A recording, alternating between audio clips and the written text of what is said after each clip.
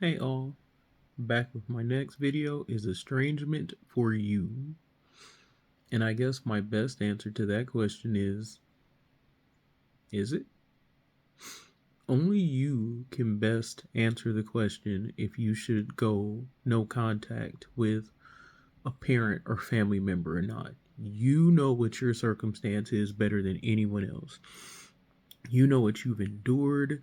You know the pain that you felt. You know the ABUSE that you've experienced, you know the sacrifice, the sleepless nights, the invalidation, the disregard, the betrayal. Oh Lord, the betrayals, the betrayals, the betrayals. Only you know the extent of that from your situation. And no two situations of estrangement are the same. And so while no contact might be great for some people, I've seen a lot of instances where people choose to go no or choose not to go no contact. They figure out a navigation through their particular family system and they remain in it, and that works for them. I'm not saying it's for everyone to go no contact, and I'm not saying for you to not go no contact, but only you are going to be able to best answer that question. And so, you'd have to. I also say this: if you're thinking about going no contact, think about it like this. A lot of times it gets flipped into, well, why are you punishing them?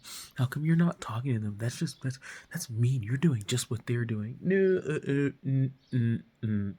we don't gaslight on this channel. Nope, nope, no, we don't. What no contact is a boundary. It is an action of self-care that you set to say, you know what? I wouldn't let some rando in the street talk to me this way or treat me this way or treat my child this way or treat my finances this way. What really is the difference in some random in the street doing it versus my cousin or my brother or my grandmother, whoever it is to you? There really is no difference. And so if you are going to go no contact, don't let people play you on the, oh, that's just meaning you're just doing what they're doing in reverse and negative. You reach a point where enough is enough, where you can no longer take the disrespect, the betrayals, the ABUSE, and I'm spelling it because if you don't know, YouTube doesn't like that word, so that's why I'm spelling it. But you know what you have been through in a situation. You don't have to prove anything to anybody. You don't have to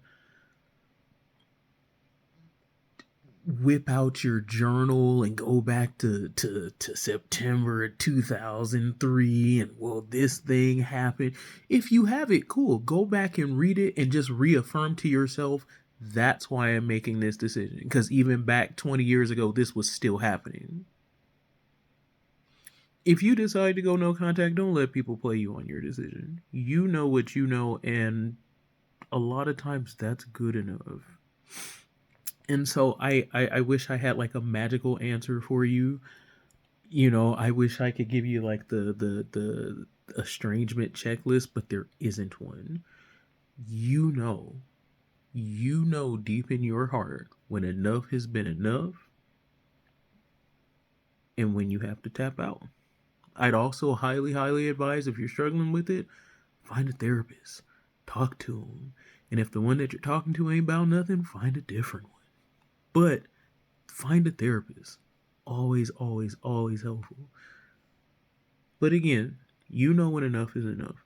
You know if you can navigate within your family system. You know if your no contact needs to only be 3 months long, 3 years long, 3 weeks long, whatever. You know your situation better than anybody else. Go with that in making your decision. Deuces.